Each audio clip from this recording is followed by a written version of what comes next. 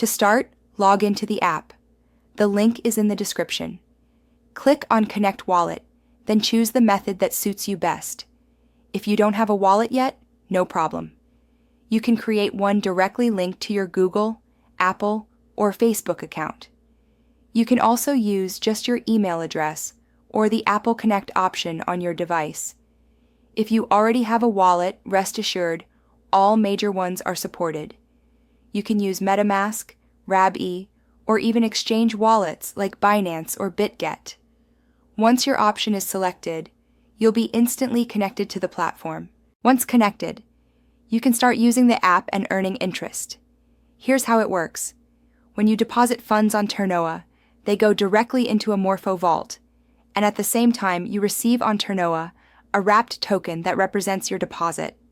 The difference with a direct placement in a DeFi protocol is that this token remains usable. In other words, once on Ternoa, you can use it in any application of the ecosystem while still enjoying the yield. The Morpho Vault used is called Protectionist. More than $200 million are currently managed there. It doesn't offer the highest yield on the market, but the security return ratio is very attractive. I strongly encourage you to learn more about how Morpho works. Depositing your funds and earning yield is very simple. Choose the crypto you want to deposit, enter the amount, approve the transaction, then click on Bridge to Ternoa. About 20 minutes later, your crypto will start working.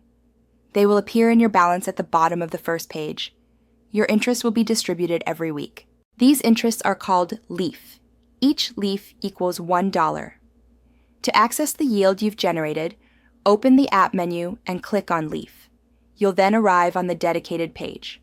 From there, you have two options. Convert your leaf into USDC or make them work harder by staking them to generate extra yield. You can do this once a week or whenever you like. The full leaf mechanics will be explained in a future video. Thank you for your attention.